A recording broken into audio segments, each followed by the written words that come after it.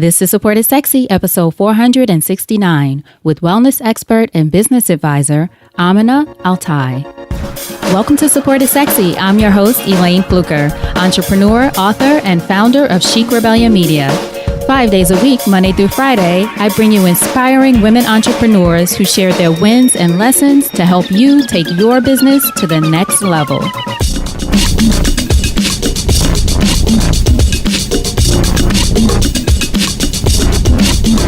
Here we go.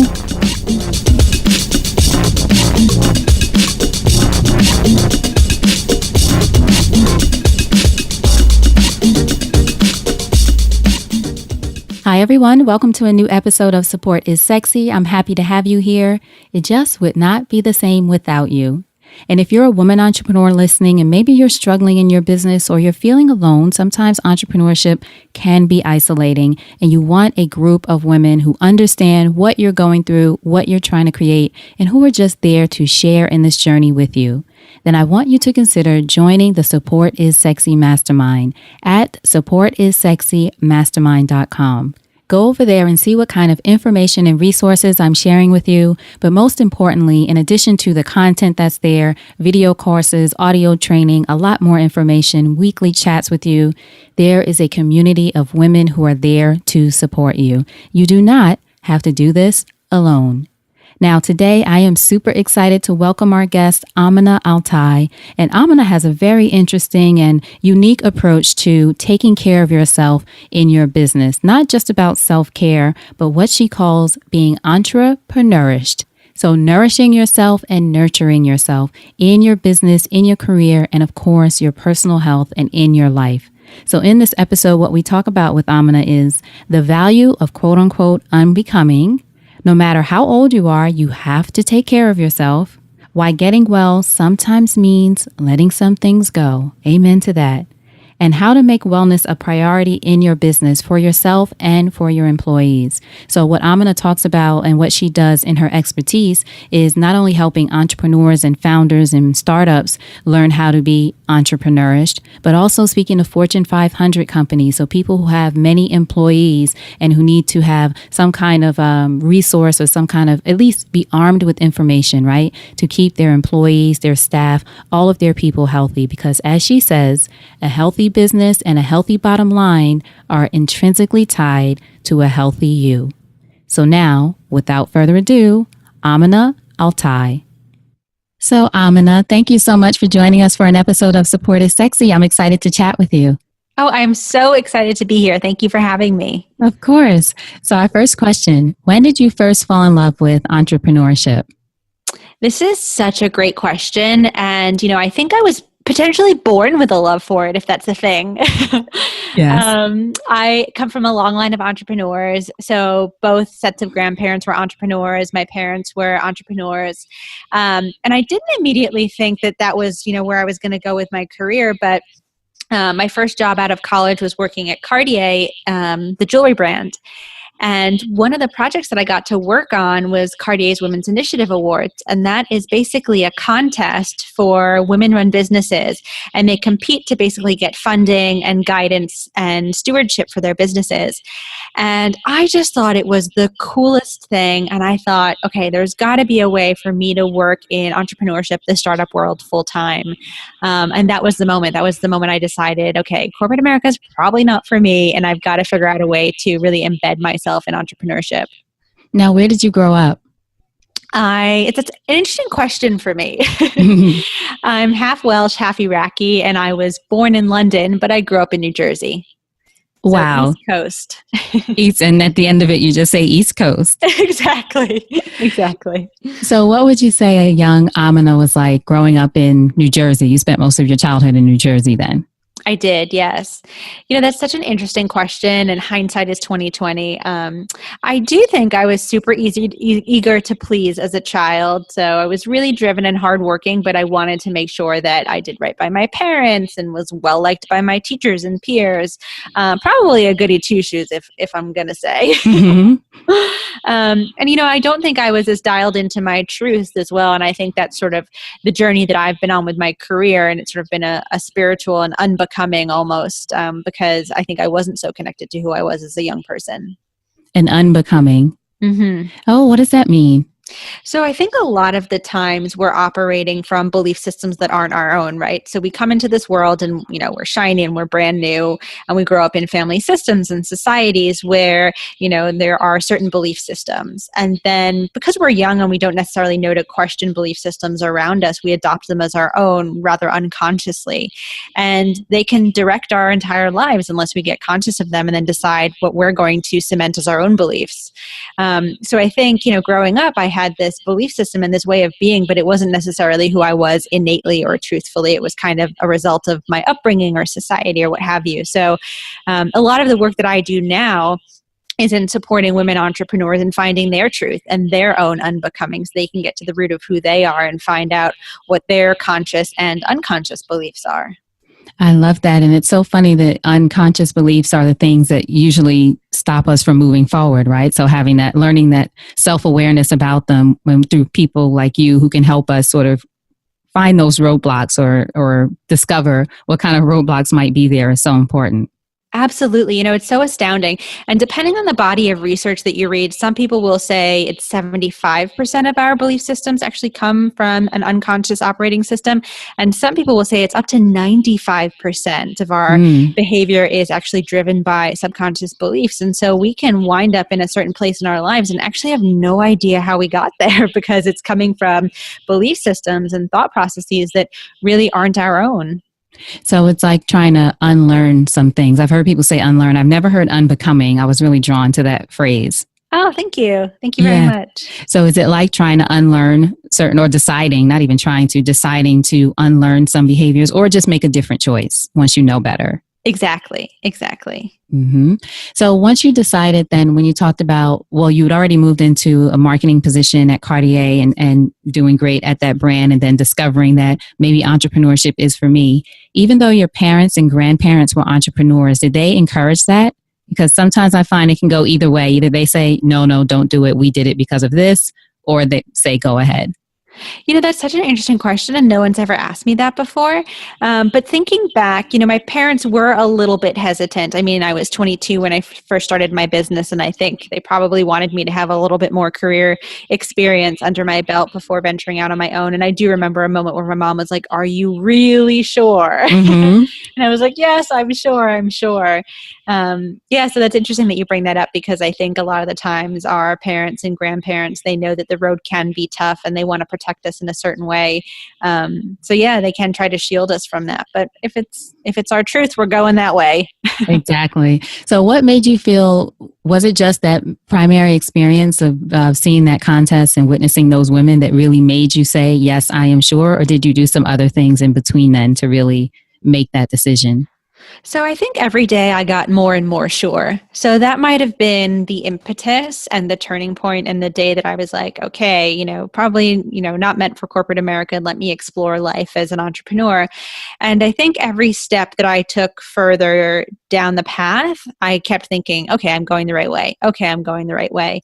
And, it's not to say that I haven't pivoted my route at all, because my business has changed, dramatically over the last 12 years. So, I think every day I get more and more sure of the work that I'm doing, that I am headed in the right direction, but it definitely has evolved as I've gone. What was the first step that you took in making your transition? Sure. So I went to NYU and I studied marketing and I studied economics. And so I was kind of trained with this classical approach. So my first thought was, okay, I've got to create my business plan. Right. And so I sat down and I wrote something like, 50, 60 page business plan that of course I never looked at ever again. But it was a process of getting clear for me, which I think was very, very helpful. So, it cemented certain directions and it acted as a North Star, but it wasn't a document that I necessarily lived and died by. But it did really help me get clear on where I wanted to go and, what a potential exit strategy could look like and, what my marketing strategy would be, all of those things. And it was you and another business partner, right? Exactly. So once I got clear on the direction that I wanted to take the business in and I wrote the business plan, I pitched it to somebody that I'd gone to school with who was already a serial entrepreneur. And he really liked the idea. And, that was kind of the beginning. So what was it like then once you finally did launch your business, having your own business? Because you worked with, you didn't work with necessarily quote unquote small clients. You had clients like Samsung and Supersmile. Is that right? Yep. So they did run the gamut. So we had some really big clients, and we also had some solopreneurs and newbies. And mostly around marketing. Yes. So the company that I first started when I was 22 was kind of a hybrid marketing agency. So on one side, we would support brand new startups, and we would basically be their entire marketing team, and we would take equity in their business for that. And then the other side was just traditional agency. And so when I first started, I was 22, I had all this hubris and I was super excited and ready to get out into the world. And it was definitely challenging in the beginning. And, I wasn't necessarily sure, okay, what does my sales strategy look like? How do I get business? How do I keep clients coming back? So it was definitely, trial by fire and really learning on the ground. And I think one of the biggest challenges that I had and kind of got me to where I am right now is that eventually I was, working so hard and pushing myself so much. I was working on my marketing clients. I was, doing sales and marketing and strategy for the business as a whole, trying to have a social life. And I eventually burned out and I developed 2 autoimmune diseases because I was working 70-hour weeks and, pulling all-nighters and skipping meals and relying on caffeine and all these unhealthy behaviors that weren't serving me. And I kind of, hit a bottom.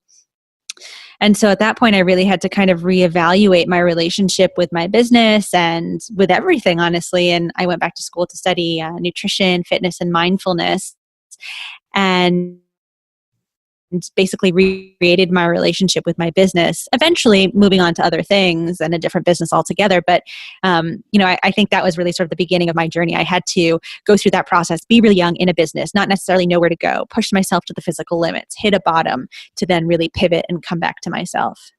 Yes. And I think for everyone listening, I definitely, when you were talking about being young and having that hubris, I totally remember that time. And it's sort of like you were, I don't know if it's blessed or cursed, but just you didn't know what you didn't know, that kind of state where you're just moving forward and excited about whatever you want to do. Maybe, at least for me, I'll speak for myself. I don't want to project this on you. Maybe not even as cautious as you might be now as you get a little bit older, just because you're so excited about whatever the idea is.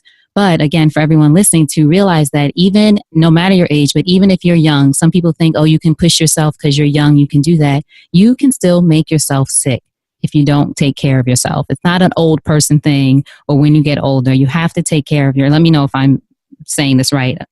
If you just have to take care of yourself and make sure that you recognize, as you did when you get to the point where you're like, I've hit a wall, something has to change. Yeah, I think that was beautifully put. And I think you're absolutely right. I mean, especially when we're young, we think, okay, I've got limitless energy. I've got all the time in the world. Oh, I'm invincible. And we're not. And we can be very reactive in the beginning because, you're trying to understand the space that you're in. You're trying to see what works and what sticks. And you just kind of push. But I think, as I've gotten older, I've realized, okay, it is so not just about the pushing. Right. Now, what was it like for you? Or I should say, how did you get through the period when you did realize that working this way was contributing to you getting sick, getting an autoimmune disease, and needing to change your life? And I ask that because sometimes, especially when things are going well, I think it's sort of easy to sort of assess things when things aren't going well and try to see what's going wrong. But if things are going well and you just feel like you can't keep up, what was it for you? Or how did you get through that time when you decided or you realized this way isn't working? Yeah. It was almost a moment where there was no other option. So I had, I was so nutritionally deprived. My hair was falling out and I was having memory troubles. And those two things were, I think, somewhat the most important to me because you're in your 20s, your looks are important to you. So you're like, my hair is falling out. What am I going to do about that? This bald patch in the front isn't cute. And then the other piece was memory troubles. And, I was like, 26, 27 years old and I'm filling up notebook upon notebook because I literally cannot commit a conversation to memory. And that was the moment that I was like, okay, something really has to change. Yeah, I can't live life like this. Right. And so it was it was a real sort of definitive crossroads for me. It wasn't sort of like, okay, I'm in mild discomfort and I'm getting some headaches. There was like a hard line in the sand. I was like, I've got to get well, or like literally this business will implode. So what made you then decide to not only get help, go see a doctor, that kind of thing, but then to study nutrition, to really dive in and learn about it? So I felt so passionate and lit up as I was going down the path. So, I started to get well and I was finding the right healers, but it actually took me a very long time to find the right doctors and people that I could have a conversation with and who would help me and understood what I was going through. A lot of people looked at me like, hey, you're totally fine. And, there's nothing wrong here. I actually went to 7 different doctors before I was diagnosed.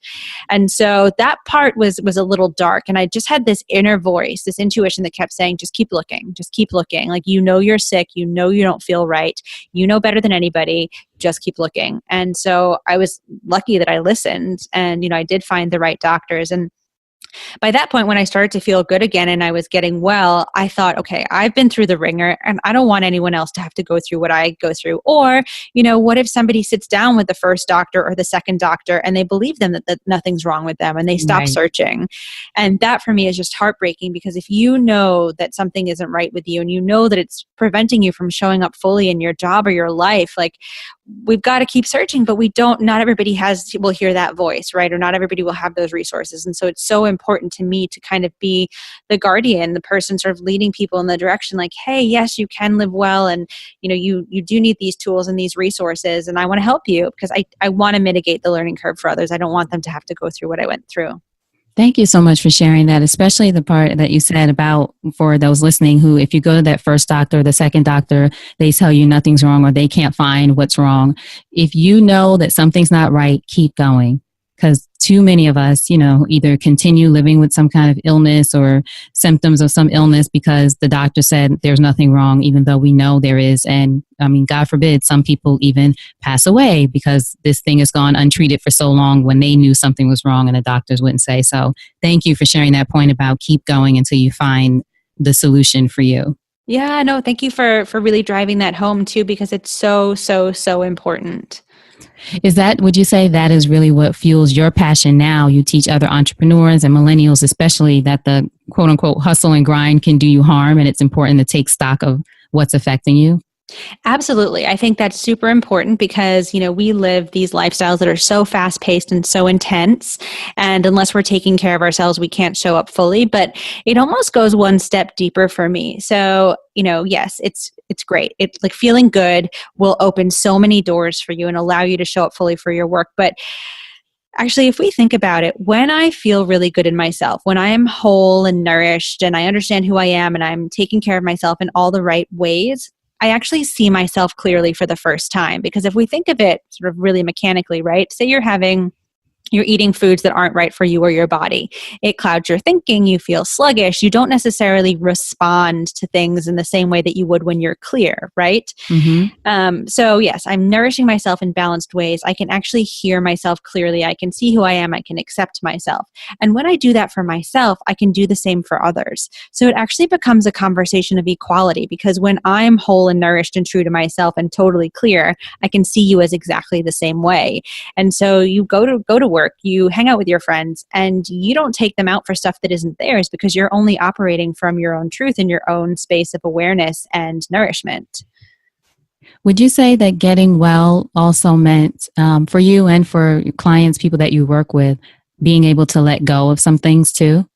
Oh my gosh. Yes. Yes. That is such a great question. It really is about the removing and then sometimes the layering in. So it can mean, that friends fall away, that jobs fall away. When you start to bring your life into balance and in a way that feels balanced for you in particular, it's very interesting what stays and what goes. Everything from foods to people. Yeah, and I think that's sometimes a thing that some of us fear. We're changing or shifting, and then the people around us, especially I think with the people, certainly jobs and things when it's relative to money. But I think too, for a lot of us, it's the people around us, and we worry about either losing them or offending them or feeling alone or whatever it is. But really, would you say it is about doing what's best for you, especially in those critical moments?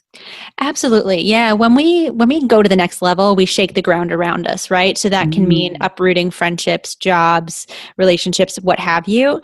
But, if somebody's on your team, if somebody's a part of your tribe, they're going to rally behind you no matter what. And especially if you do it gracefully and beautifully. So, you might be going to the next level and you recognize, okay, that impacts your relationship with your best friend.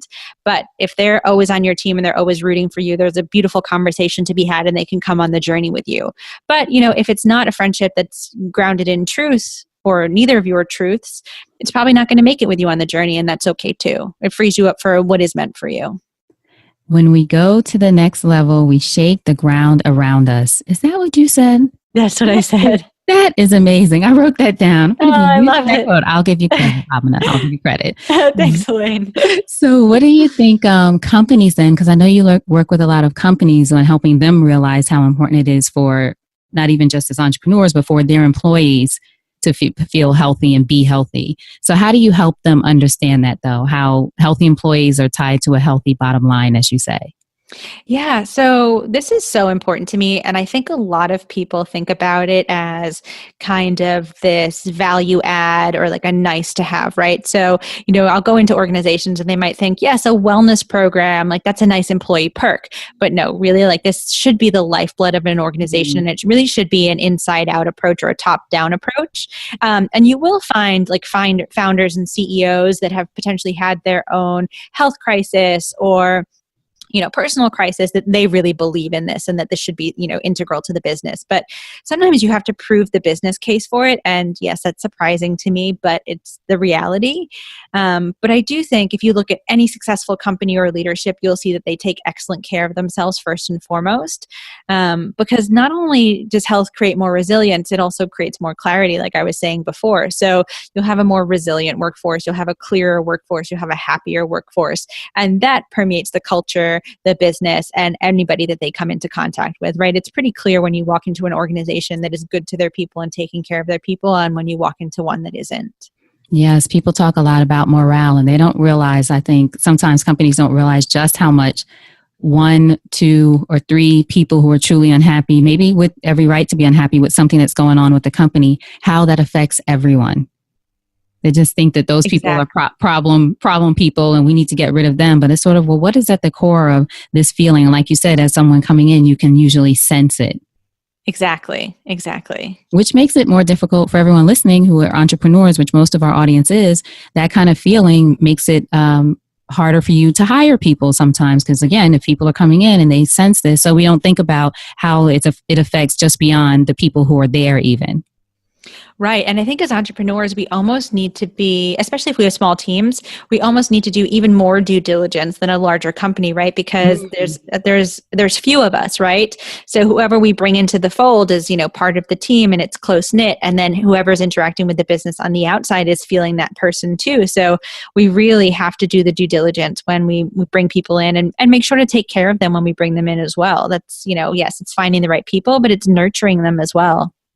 So how would you suggest then, this question just came up for me, how would you suggest then for the women listening who do have smaller teams, how can they make sure that they not even foster a healthy environment, just being respectful, obviously, and those kind of things to each other, but say they don't have big things like a wellness program or something like that. How can they put forth that wellness is important to the business? Yeah. So wellness can be everything from like the way we move our bodies and the way we eat to the way we have conversations, right? So, if you don't have budgets for wellness programming, let's just think about how we're treating each other, right? Because that goes into making us feel happy and whole too. And I actually just launched a digital course earlier this year. And part of what I talk about in the digital course is our values and our values as individuals and then our company values, and ensuring that our personal values are aligned with the company values as well as the other people that we bring in. So we're all operating from the same place and we have this commonality and this common ground, because when we're linked in values, we can link arms and everything else too. And then, of course, being clear on, okay, what it is that we want to impact with the business out in the world as well. But that sense of clarity and common ground being the core is so important. And a lot of the times we don't even have that conversation or necessarily even think about it, right? We're not necessarily conscious about, not always. Some people really are, and that's amazing, but we're not necessarily conscious about how we choose jobs. We think, okay, I've got this skill set and say I'm an accountant and this company's looking for an accountant. Fantastic. Great. We have a fit, but we're not thinking about necessarily the fit within the culture, the fit within the team, the fit within the greater impact we want to have out on the world. And I think those are things we really do need to think about in order to be really arm in arm. Tell us about your course that you have on values. Yes.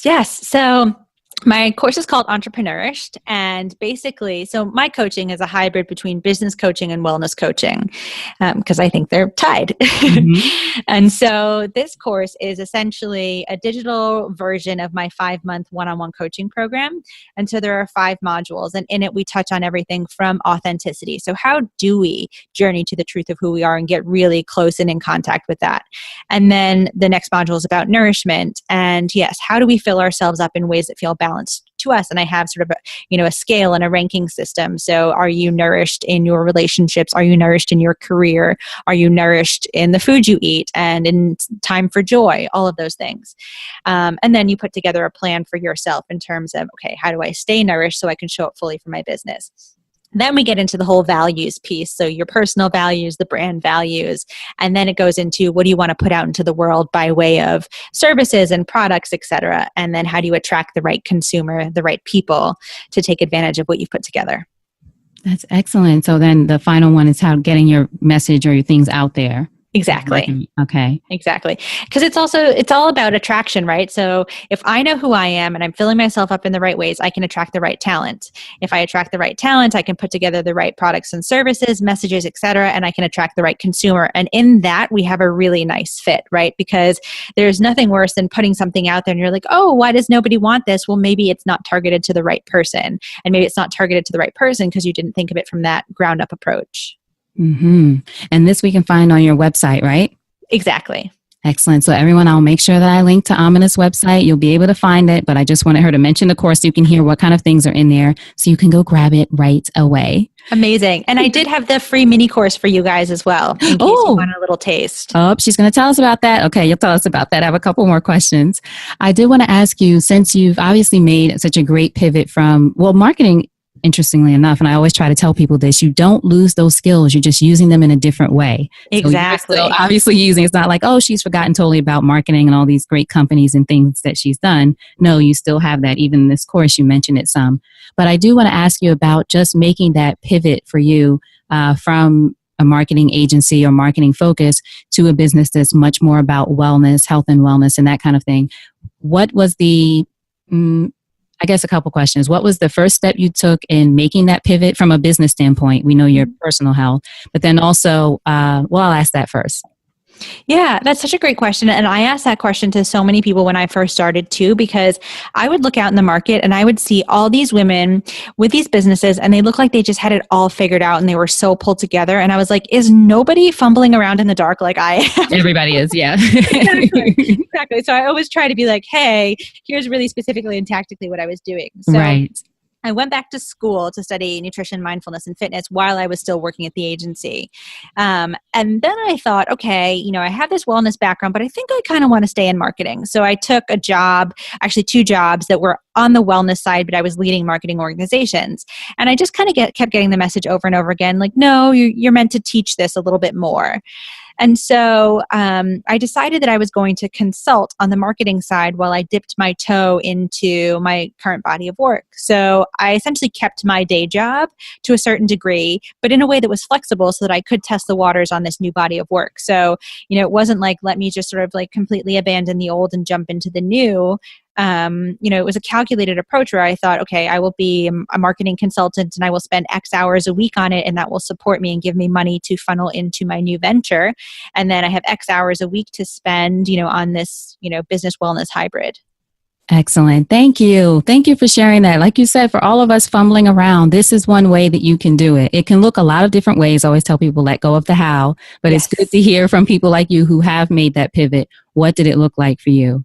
I love that. Let go of the how. Let go of the how. Yes, the how keeps us caught up so much. It does. Some of the companies that the companies you mentioned were you consultant to Spafinder and Bliss when you looked at wellness companies that are still needing marketing support? Yeah, so actually at Bliss and Spafinder, I was full-time. So that was before I stepped out into my consulting role. Yeah, exactly. Okay. But yeah. I like too that you mentioned that even though you were working with other companies, you found companies that were sort of in your new space.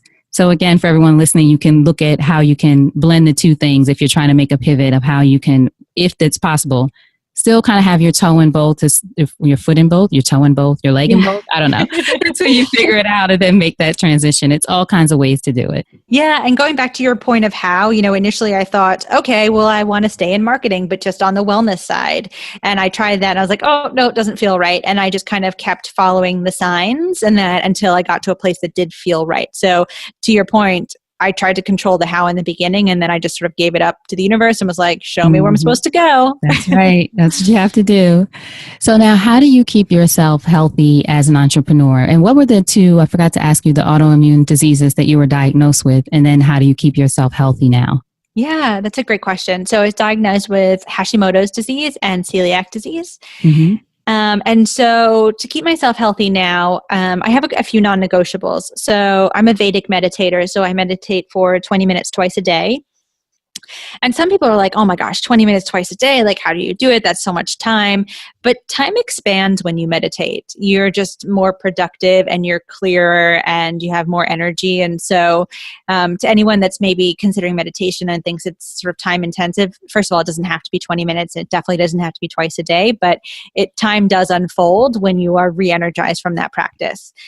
So that's a non-negotiable. Do you use a guided meditation, or how do you do it? Or is it just sitting quietly? Yeah, so in Vedic meditation, you have a seed mantra. So it's a mantra that's specific to you, and you basically just repeat it to yourself over and over again. Okay. And it's meant to be a vehicle to just keep you in the present. Mm-hmm. And then sleep is another non-negotiable for me. So I try to get 7 or 8 hours every night, and most nights I'm successful. Mm-hmm. I just know that my brain does not work if I don't sleep. So I'm really bullish on that. And then I eat clean all the time. So with celiac disease, I always avoid gluten, obviously, and then I have a few other food allergies. So just, an abundance of vegetables in my diet, making sure I stay on top of hydration, especially, to all the people out there that potentially travel a lot for work or always on the go, just making sure you have a refillable water bottle in hand is like one of the biggest things you can do for your own wellness. So stay hydrated, eat well, sleep, and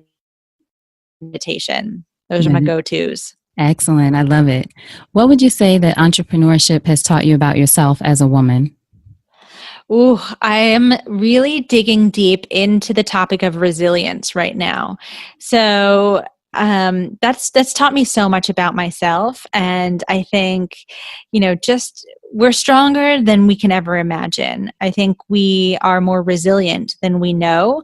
And I think until we're confronted with certain situations that sort of test that out, we have no idea.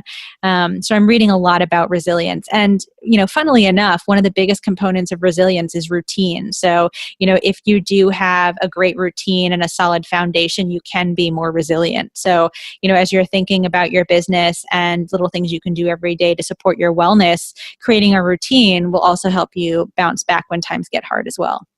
Mm-hmm. What's making you dive into resilience right now?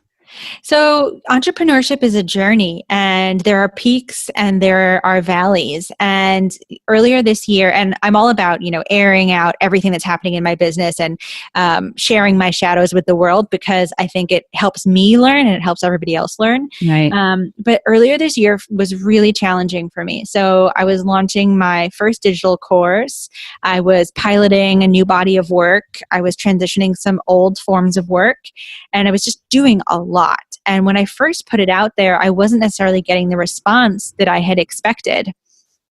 And oftentimes, like when we feel challenged, it's because there's dissonance between how we expected a situation to go and how the situation actually goes. So there's some reconciliation to do in there. Mm-hmm. And also sometimes it's based on our belief system, right? Like, how expanded is your belief system? Do you feel that you're worthy of success? So there's always an opportunity to dig in there when you feel and meet resistance. And so I did that work, and, I started to get the messages that I needed to show up in different places and talk more about what I'm doing and share more expansively. And things began to unfold. But it was a tough moment for me where I thought for a second, like, have I created work that nobody wants? Even though, I did all my homework and I talked to everyone and I created a product based on things that I was hearing. But it just took a moment for people to know about it and get involved in it. But, I took that as a personal failure. But it's definitely perspective and how you look at it. So that's what really got me looking into resilience. Thank you so much for sharing that. I'm sure that resonated with me for sure. I'm sure that resonated with a lot of the women listening. Like you said, you create this product, you've done the research, you've talked to everyone, you followed all the whatever podcast information, done Right. all kinds of research you can, and thinking you found something that really is going to work and be meaningful to people. And then I think you make such a great point. It doesn't work as you thought, which doesn't necessarily mean it's not going to work. Or that Exactly. you should scrap it completely. I've talked to women who have said that too. Even if it doesn't work as you think, it doesn't mean you scrap the whole thing. Maybe there's a tweak here and there. Maybe you didn't market it right. Maybe you still might be on to something. So I think it's so powerful that you shared that. And I love that you said about sharing your shadows. I'm big on that too.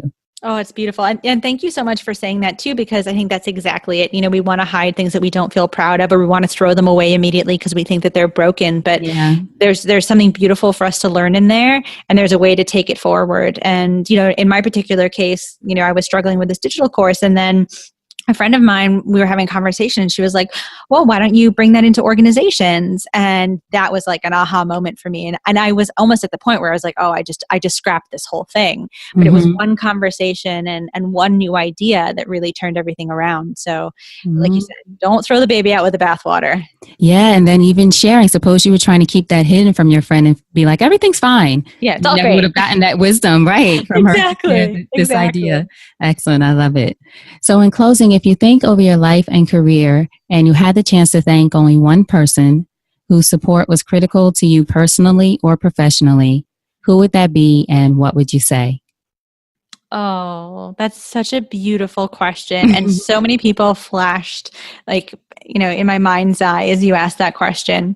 And I think I would thank my grandfather. My grandfather has such a tremendous capacity to love and hold space for people, is beautifully responsive and never reactive. And I don't think I even recognized his grace until very recently. And he's very sick at the moment. And I'm just so grateful that I've had him for so long and have been able to learn from him. And there's been so many wonderful people. My mom and my grandma have been tremendous inspirations for me.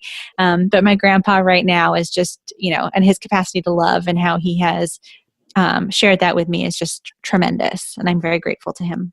Oh, that's beautiful. We're sending him love. Oh, thank you. I really appreciate that. Absolutely. Now tell us the ways that we can support you and tell us about the mini course. I know people want to hear about that.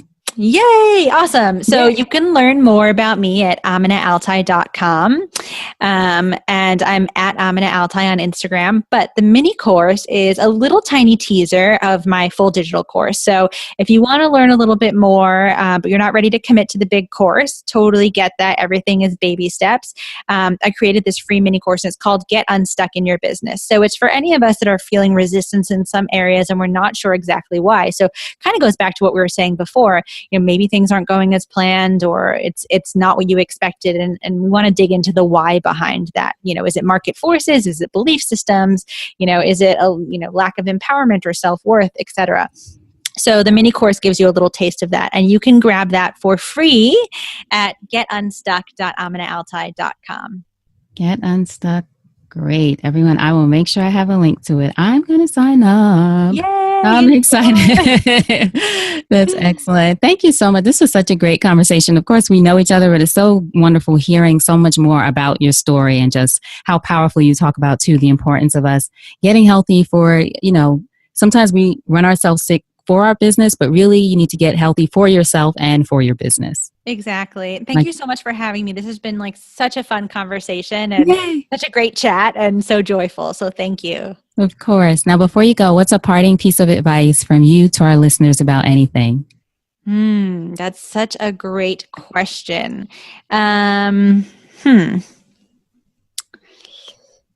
Okay, so I think as women in particular, we're taught that we have certain currencies. And, this is something that I grapple with in the workplace too, potentially like our looks or our femininity, et cetera. And I just want to encourage people to really lean in with their talents and their real truth, because everything else is an illusion. And so really goes back to kind of what I was saying before about, being authentic, being nourished, and then you can really hear yourself clearly. And so just, get to the root of who you are and lean in with that, because nothing else is real. All right, I hope you enjoyed that conversation with Amina. To find out more about her, to find out how to get in touch with her, and to find out how to get that mini course on how to get unstuck, make sure you go to supportissexypodcast.com, go to that search icon at the top, and just type in Amina, Amina. Her show notes page will pop up with those links and resources. And again, how to get in touch with her. supportissexypodcast.com and just search Amina. Thank you so much for being here. You know I appreciate you. Until we chat again, what I want you to make sure you remember is you deserve support. And I'll talk to you soon. Take care.